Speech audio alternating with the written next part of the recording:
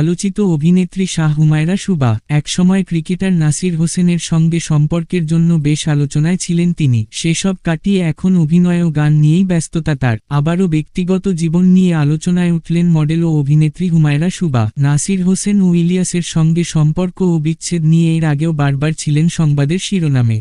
তবে এবার শুভা জানালেন নতুন খবর, তিনি আবারও বিয়ে করতে প্রস্তুত। সম্প্রতি ইউটিউব শর্টসে প্রকাশিত এক ভিডিওতে খোলামেলাভাবে নিজের মনের কথা প্রকাশ করেন শুভা। ভিডিওতে শুভা বলেন, বিয়ের জন্য সৎ, ভালো মনের এবং ভালো ব্যবহারের মানুষ আমি চাই। আর টাকা পয়সা, সেটা দুজনের যা আছে তা দিয়েও চলে যাবে, সেটা জরুরি না। এই ভিডিওর মাধ্যমে স্পষ্ট, শুভা আর পেছনের দিকে তাকাতে চান না। তিনি এখন নতুন করে জীবন সাজাতে চান, নতুন ভালোবাসায় ভর করে। অনেকেই বলছেন, সাবেক সম্পর্কের কষ্ট ভুলে শুভা হয়তো এবার খুঁজছেন সেই বিশেষ মানুষটিকে, যিনি সত্যিকারের সুখ এনে দিতে পারবেন তাকে।